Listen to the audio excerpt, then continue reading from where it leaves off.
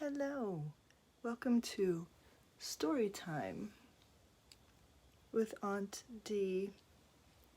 Today we'll be reading from Act Like Somebody.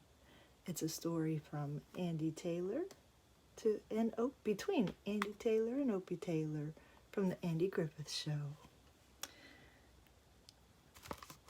I really can't see with these. They're talking about impossible. Something impossible. Sounds kind of familiar, doesn't it? We've been talking about the impossible. When Opie starts talking, you can't see this. When Opie starts talking about a bizarre sounding friend named Mr. McBeevy, Andy believes Opie might be letting his imagination run a little wild, beyond just playing with cowboys and his pretend horse, Blackie. Andy says to Opie, "Now, Ope, remember the fun you was having this morning galloping around in the backyard on Blackie?" Opie nods. Andy says, "Well, we was both enjoying that little game, 'cause now, the truth is, there never was any real Blackie. That was just something you made up, isn't that right?" Opie nods. Andy says, "Now, about this Mr. McBeevy, maybe that's the same thing that happened there. Maybe you made him up too, just for fun. And there's nothing wrong with that. What's wrong is using a Mr. McBeevy to get out of work and to explain things that seem to come from nowhere. Ope, there comes a time when you have to stop the play acting and tell the truth. And that time is now.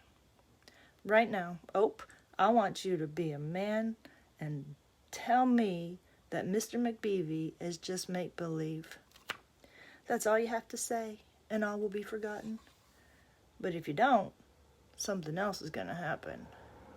I believe you know what I mean, now don't you?" "Yes, Pa," says Opie. "All right, tell the truth. Just go ahead and say it right out. Mr. McBeevy is just make-believe." "Well, go ahead, Opie. Mr. McBeevy is just..." Andy says, "Say it." Opie says, "I can't, Pa. Mr. McBeevy isn't make-believe. He's real." "Opie," says Andy, "don't you believe me, Pa? Don't ya?" Andy, after a long pause and taking a deep breath, says, "I believe you." Meanwhile, downstairs, Barney and Aunt Bee are having an involved discussion about the whole situation as Andy comes down the stairs. Aunt Bee, "Andy?" Andy says, "No, I didn't spank him." Barney says, "Oh, well, that's good. Just not necessary. He learned a lesson. A good talking to is the best thing. Make him stay up in his room." Andy says, "Well, I didn't do that either." Barney says, "Well, what? Well, what did you do?" Andy said, "I told him I believe him." Barney, "You told him you believe..." "But Andy, what he said is impossible."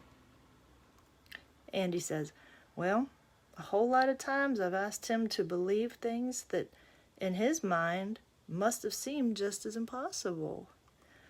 Barney, "Oh, but Andy, that silver hat and the jingling and the smoke from the ears, what about all that?"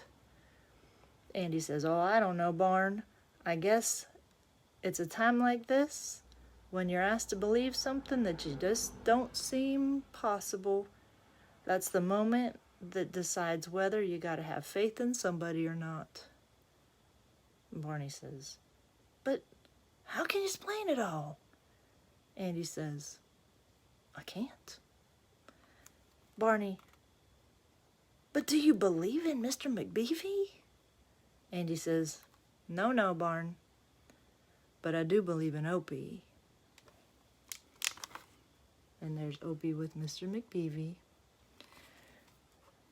I haven't seen that episode, but it's one of my mom's favorites. And so I'm kind of in the same boat as Andy, thinking that it's make-believe, because my mom watches the Andy Griffith Show a lot. And you guys know I'm still home with them because of the pandemic.